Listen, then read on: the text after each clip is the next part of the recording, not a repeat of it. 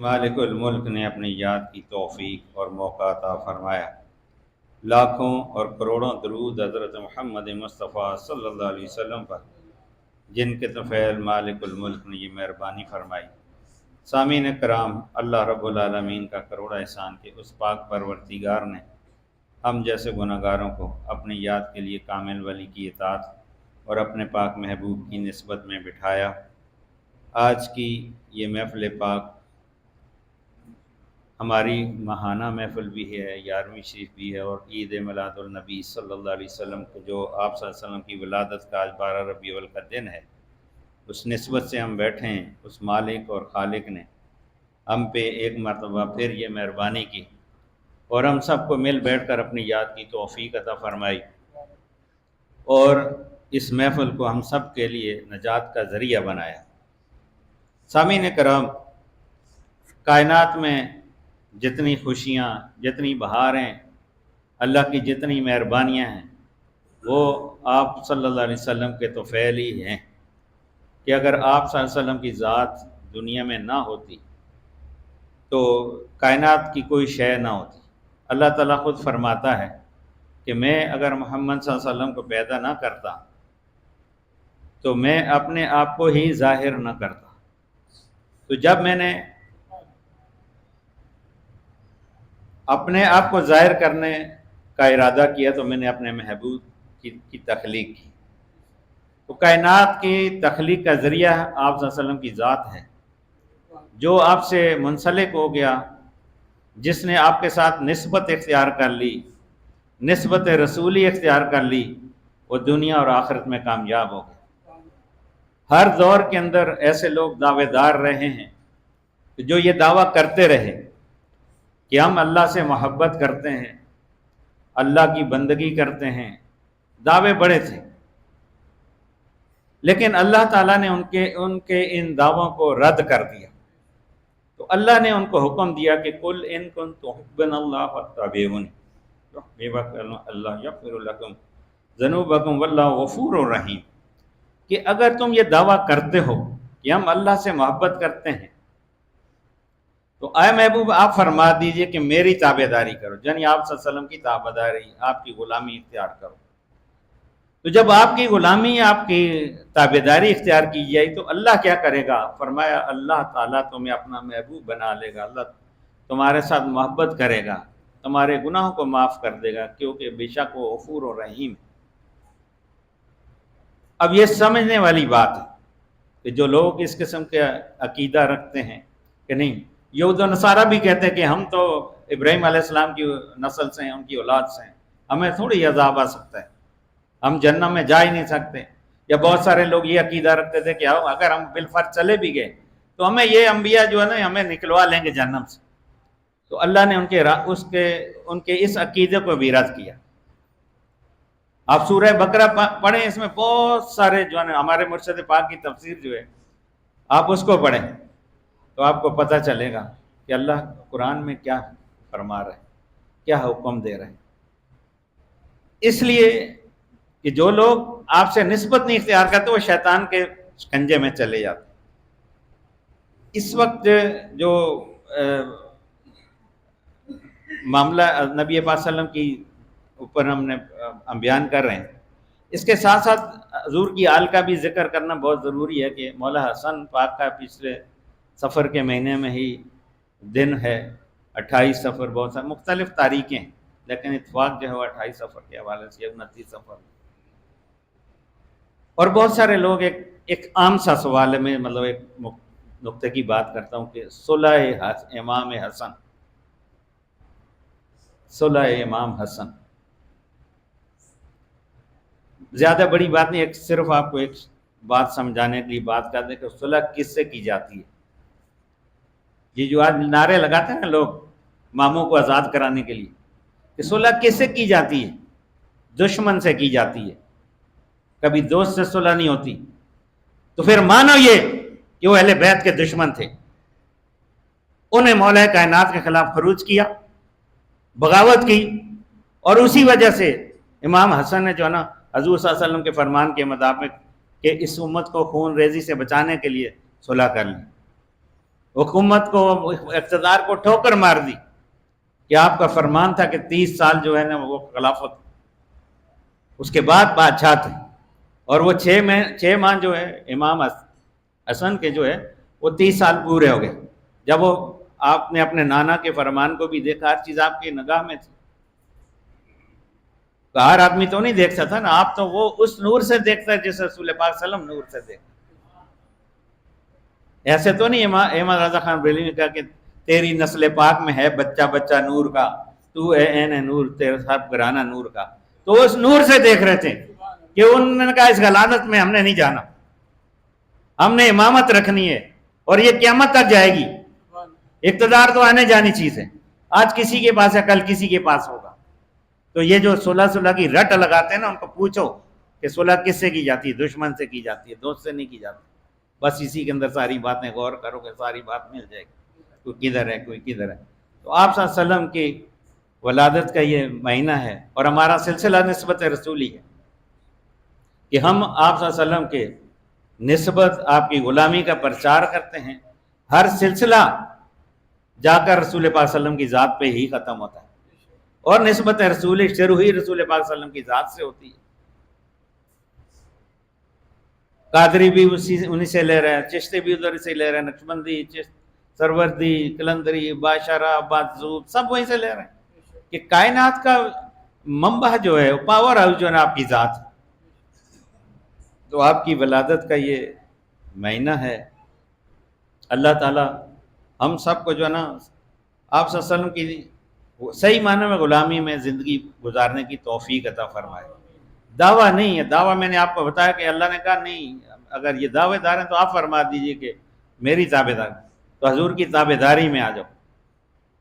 آپ صلی اللہ علیہ وسلم کی جب تابع داری میں آؤ گے تو معاملات بنیں گے, ایسا نہیں معاملات بن سکتے, کیونکہ آپ کے بغیر تو کچھ بھی نہیں ہے نا کائنات میں.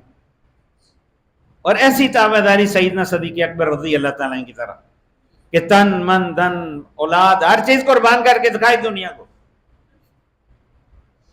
ایسا نہیں ہے کہ ان کو پیسہ پیارا ہو جائے, بولا ہم نہیں جا رہے, برتن بھی چھوڑ دیا, دولت بھی قربان کر دی, اولاد کو بھی قربان, اپنے ذات کو بھی اس طرح کے بالکل, یعنی کہ کوئی چیز, ہر چیز, یعنی آپ کے والد جو حضرت ابو قحافہ جب اسلام نہیں قبول کیا, حضور نے ہجرت کی, تو مسولہ کے اندر جو ہے آپ کا گھر تھا, باب عبدالعزیز کے نیچے جو علاقہ تھا اس کے اندر, تو اس میں بعض میں القرا ہے, لیکن مسولہ کا زیادہ ہے, القرا کا بھی.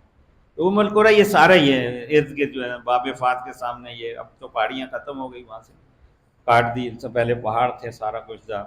جو اب مکہ ٹاور بنا اس کے اندر پورا یہ پہاڑ تھا, غار جا کے مینا سے نکلتی تھی, تو بہت بڑا علاقہ تھا. تو آپ جو ہے نا حضرت ابو قحافہ ان کے گھر تشریف لے گئے, اور جا کے اپنی پوتیوں سے کہا کہ تمہارا باپ دیوانہ ہے, پاگل ہے, وہ تمہیں سے بھوکا پیاسا چھوڑ کے چلا گیا. تو وہ بچیاں, نیک لوگوں کے بچے بھی اللہ تعالیٰ ان کو نیک کرتا ہے کہ جو ان کی صاحبزادیاں تھیں وہ باہر گئے, تو پتھر پڑے ہوئے تھے, ان کے ٹکڑے تھے, ٹھیکریاں تھیں, تو یہ آنکھوں سے نابینا تھے. انہوں نے ایک پوٹلی میں بھر کر تو آ کر اپنے دادا کے ہاتھ میں دی, تو انہوں نے ایسے جب مارا تو چھن چھن کی آواز آئی, کہ انہوں نے کہا اس میں درم دینار ہیں, ہمیں ہمارا والد سے نہیں چھوڑ کے گیا. تو ان کو یقین ہو گیا. یہ نہیں دیکھا کہ بچیاں کیسے رہیں گی, کیا ہوگا. اور رات کو 2 بجے, اور جب آپ صلی اللہ علیہ وسلم ان کے گھر پہ پہنچے تو آپ جاگ رہے تھے. حضور نے پوچھا ابو بکر سوئے نہیں؟ تو اس سے پہلے جب ایک دفعہ حضرت ابو بکر صدیق نے نبی پاک صلی اللہ علیہ وسلم سے عرض کی کہ یا رسول اللہ, یہاں ہمیں لوگ جینے نہیں دیتے, تکلیف دیتے ہیں, پریشان کرتے ہیں, چلیں کہیں اور چلتے ہیں. تو آپ صلی اللہ علیہ وسلم نے فرمایا کہ ابو بکر اللہ تعالیٰ کے حکم کا انتظار کرو.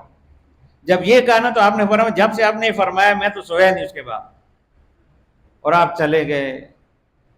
پھر آپ دیکھیں کہ سفر جو ہے اکثر جو نا علماء بیان کرتے ہیں کہ آپ صلی اللہ علیہ وسلم کے ساتھ چلے, پیچھے دشمن آ رہا ہے. اب غار ثور کے اندر جب گئے, اتنی اونچائی ہے آج بھی بندہ نہیں, اور پیٹھ پہ کاندھے پہ اپنے اٹھا کے حضور کو اوپر تک لے گئے. پھر غار میں داخل ہونے سے پہلے کہ یا رسول اللہ آپ یہاں رک کے اندر گئے, غار کی صفائی کی, صفا کر کے ادھر ادھر سوراخ سے بند کرتے کرتے کپڑے دے, ایک سوراخ رہ گئے. حضور کو اندر لے جا کر اپنی گود میں جب لٹایا تو حضور آرام کر رہے ہیں وہاں اس غار میں، پتہ نہیں کیسے روایتوں میں آتا ہے کہ کئی سو سال صدیوں سے ایک سانپ جو ہے نا حضور کے دیدار کے لیے وہاں انتظار میں ہے کہ ان کو پتہ ہے کہ آخری رسول نے ادھر آنا ہے، میں نے ان کا دیدار کرنا ہے، تو اندر پھن پھناتا رہا سارا کچھ، لیکن حضرت بکر صدیق نے ایڑی نہیں ہٹائی. جب ایڑی نہیں ہٹائی تو پھر اس نے ڈنگ مار دی. جب ڈنگ مارا تو اس کے زہر کا اثر ہونے لگ گیا، آہستہ آہستہ تکلیف بڑھی، تو آنکھوں سے درد کے مارے آنسو جب ٹپکے حضور کے چہرے انور پہ گرا، تب حضور نے فرمایا ابو بکر کس چیز نے رلا دیا؟ کہا یا رسول اللہ کسی چیز نے مجھے ڈس. تو آپ اٹھ کے بیٹھے. ایک روایت میں یہ ہے کہ آپ نے اس سانپ کو بلایا کہ اس سانپ نے اپنا زہر واپس چوس لیا، اور ایک میں یہ ہے کہ آپ نے اپنا لہاب ذہن اس ڈنگ والی جگہ پہ لگایا تو آپ ٹھیک ہو گئے. تو یہ جان کا نذرانہ ہے. پھر سفر ہے، کبھی آپ آگے جاتے ہیں، کبھی پیچھے آتے ہیں، کبھی دائیں کبھی بائیں. حضور نے پوچھا ابو بکر یہ کیا کر رہے؟ فرمایا یا رسول اللہ میں آگے ہوتا ہوں، میرے دل میں ایک حالت ہے دشمن پیچھے سے آئے گا تو آپ پہ وار کرے گا، تو میں آتا ہوں پہلے آپ کو نہیں، پہلے مجھے مارے ہو. میں دائیں ہوتا ہوں تو مجھے بائیں کہا تھا. اس طرح یہ دیکھیں آپ، یہ ہے غلامی. ہمیں ایک دن کی چھٹی نہیں قربان نہیں کر سکتے ڈیوٹی کے لیے، نسبت رسولی کے لیے. 3 دن موڑا شریف عرس ہوتا ہے تو ہمیں نوکری، ہمیں کاروبار پیار ہو جاتا ہے، اولاد پیار، وہ جی اس کا فلاں کا فلاں، بچوں کے پیپر ہیں تو ادھر ہاتھ اٹھ گئے تو پیپر تو اللہ تعالیٰ نے ویسے ہی حل کر دینے ان کا کمال تھوڑی ہوتا ہے. اپنے مرشد کی تعلیم کو جانے کے بڑے سرکار موڑی فرماتے ہیں کہ اے پہاڑ والو تم ہمارے پاس آتے ہو، آخری جو ان کا خطبہ ہے کہ جب تم ہمارے پاس لے کے آتے ہو آرزو تمنا لے کے آتے ہو سارا کچھ، آپ فرماتے ہیں کہ جب تم ادھر آتے ہو نا اللہ کی دی ہوئی طاقت سے ہماری چیز کی حفاظت کرتے ہیں. اور چیز گننے کے بعد آپ نے آخر میں فرمایا کہ جو مرغی ہے اس کا انڈا ہے اس کی بھی ہم اللہ کی دی ہوئی طاقت سے حفاظت ہے جب تک تم اپنے گھر میں واپس جائے. لیکن جہاں یہ ہوتا ہے تو جی یہ ہو گیا سردیوں والی ہیں تو گرمیوں میں جائیں، گرمی والی میں سردی میں جائیں گے، جب سردی ابھی نومبر کا آئے گا پھر شیطان وار کرے گا، وہ جی یہ مسئلہ وہ مسئلہ فلاں. تو چونکہ چنانچہ نہیں ہوتا غلامی میں. یہ صحابہ کرام کی زندگیاں ہمارے لیے مشعل راہ ہیں کہ انہوں نے کبھی یہ نہیں کہا کہ یا رسول اللہ اس وقت جنگ کے لیے ہم موضوع نہیں ہے، وقت نہیں ہے، فلاں نہیں ہے. دیکھیں نا تبوک ہو، بدر ہو، کوئی بھی ہو، سخت گرمیوں میں رمضان میں بدر کی جنگ لڑی، کسی نے یہ نہیں کہا کہ بھائی ہم کیا کھائیں گے، ہم کیا کریں، کہ ان کو اللہ اور اللہ کے رسول کے اوپر یقین تھا. آج ہمارا یقین جو ہے نا اس پہ نہیں ہو گیا، ہمارا یقین اس نوکری کے اوپر چلا گیا، ہمارا یقین جو ہے نا کاروبار کے اوپر چلا گیا، دیگر اسباب پہ چلا گیا، مثبت اسباب پہ ہمارا یقین نہیں. یہ یقین لائیں جو موڑا شریف کی تعلیم ہے، جو ہمیں مرشد پاک تعلیم دے رہے ہیں کہ توکل الی اللہ، کہ اللہ کی ذات کے اوپر توکل رکھنا. اور فقیری کے اندر، درویشی کے اندر سب سے بڑی چیز توکل ہے. جس انسان کے اوپر توکل نہیں ہے کبھی وہ کامیاب نہیں ہو سکتا کہ ہوگا نہیں ہوگا فلاں ہوگا. جب بندے نے اللہ کی بارگاہ میں ہاتھ اٹھا دیے تو اس کو 100% نہیں 200% یقین ہو جائے کہ اللہ نے کر دیا، وہ کرے گا، وہ مالک ہے خالق ہے، کبھی کسی کی دعا رد نہیں کرتا. لیکن ہم چونکہ چنانچہ میں پڑے ہوتے ہیں، تو اس لیے برادران طریقت بات کرنے کا مقصد یہ ساتھ ساتھ آگے بات کو بڑھائیں کہ 7، 8 اور 9 نومبر کو بانی موڑا شریف حضرت خواجہ محمد قاسم صادق رحمۃ اللہ علیہ کا جو ہے عرس مبارک ہے، اور ابھی ستمبر میں اس کی بکنگ کوانی ہے. جس آدمی نے بھی جانا ہے، جتنے افراد ہیں وہ بتا دیں، بکنگ اتنی ہی ہوگی جو بندہ بولے گا. اینڈ ٹائم پہ کوئی بول دے بھائی ہمیں یہ سیٹ چاہیے، سیٹ اب سیٹ والا چکر نہیں، کیونکہ اب 4050 روپے کا تقریباً ٹکٹ ہو گیا کم سے کم. ویسے تو اگر گرین لائن میں جانا ہے تو 6.5 کا بھی ہو، تیزگام میں جانا تو میرا 5.5 روپے 5,500 کے اتنے کا. تو آپ جو ہے نا جس نے بھی جانا ہے وہ بتا دیں کہ بھائی جو ہے نا ہم نے جانا ہے، تاکہ اس حساب سے ہم بکنگ کروائیں. لوگوں کو دعوت دیں، اس دعوت کو عام کریں. یہ سوشل میڈیا کا دور ہے، ہر آدمی موبائل استعمال کرتا ہے. یہاں سے جو مرکز سے جو تقریباً کراچی میں نسبت رسولی کے نام سے موڑا شریف سے 2-3 گروپ وہاں سے چل رہے ہیں، 2-3 کراچی سے چل رہے ہیں، IPN نسبت رسولی والے، نسبت رسولی، اور اس طرح پیر اپنے بندے کراچی سے کسی نے بنایا ہوا ہے، میں نے تو نہیں بنایا، عظیم پورے والے نے بنایا، کس نے بنایا، اپنے بندے. اس طرح مطلب 6-7 گروپ ہیں، تو ان میں شیئر کریں، اپنے اپنے گروپ میں شیئر کریں تاکہ پبلسٹی کریں. مین مقصد یہ ہے کہ یہ پبلسٹی کا دور ہے، جب تک آپ اس کی کسی چیز کی بھی پبلسٹی نہیں کرتے تو لوگوں کو پتہ ہی نہیں چلتا. لوگوں کے پاس ایک وقت ہوتا تھا ہمارے اشتہار ضرور لگاتے ہیں، پینل لگاتے ہیں، دیکھتا ہی کوئی نہیں. ایک وقت ہوتا ہے کہیں اشتہار لگا ہوتا ہے 10 آدمی کھڑے ہو کے جو بھی ڈیوٹی پہ جا رہا تھا نا اسٹاف پہ، وہ پہلے پڑھ کے دیکھتے تھے اشتہار کس چیز کا لگا ہوا ہے. اب وہ دور نہیں، اب ایک الیکٹرانک میڈیا کا دور ہے. تو جتنا زیادہ سے زیادہ اس چیز کو آپ پھیلائیں، دعوت عام کریں، اللہ تعالیٰ سب کی مدد فرمائے. اللہ تعالیٰ ہمیں نبی پاک صلی اللہ علیہ وسلم کی صحیح معنوں میں نسبت رسولی کا نور حاصل کرنے کی توفیق عطا فرمائے. اور جنہوں نے ہمیں یہ نسبت رسولی کی اہمیت بتائی، میرے مرشد پاک، چاہے وہ سرکار مولوی ہوں، بابا جی صاحب ہوں، لیکن خاص طور پر میرے مرشد پاک شیر شاہ غازی اعلیٰ حضرت الحاج پیر ہارون رشید صاحب، کہ جنہوں نے لاکھوں نہیں کروڑوں لوگوں کو اس نسبت رسولی کے اس نور میں غوطہ دے کر نور اللہ نور بنا دیا.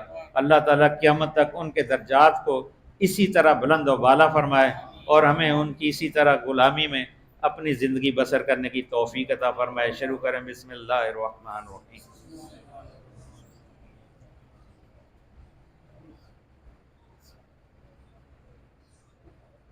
لا الہ الا اللہ محمد رسول اللہ.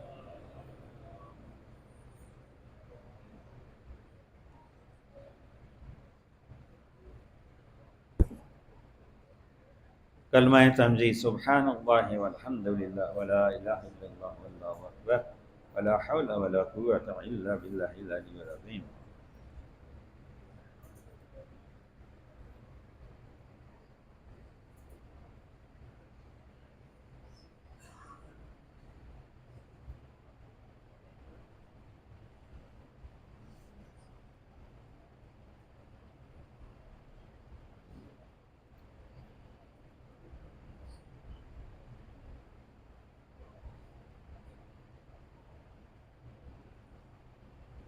درود شریف ابراہیمی. اللہم صلی علی محمد وعلی آل محمد کما صلیت علی ابراہیم وعلی آل ابراہیم انک حمید مجید. اللہم بارک علی محمد وعلی آل محمد کما بارکت علی ابراہیم وعلی آل ابراہیم انک حمید مجید.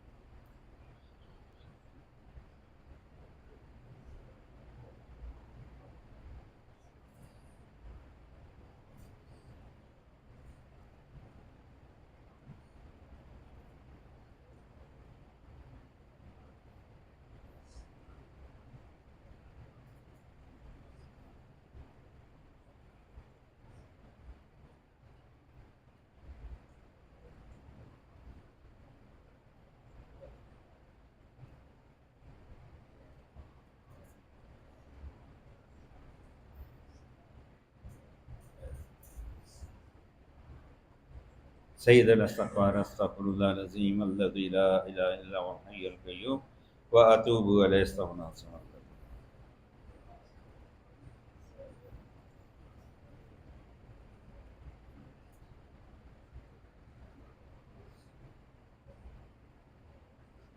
آیت کریمہ لا الہ الا انت سبحانک انی کنت من الظالمین.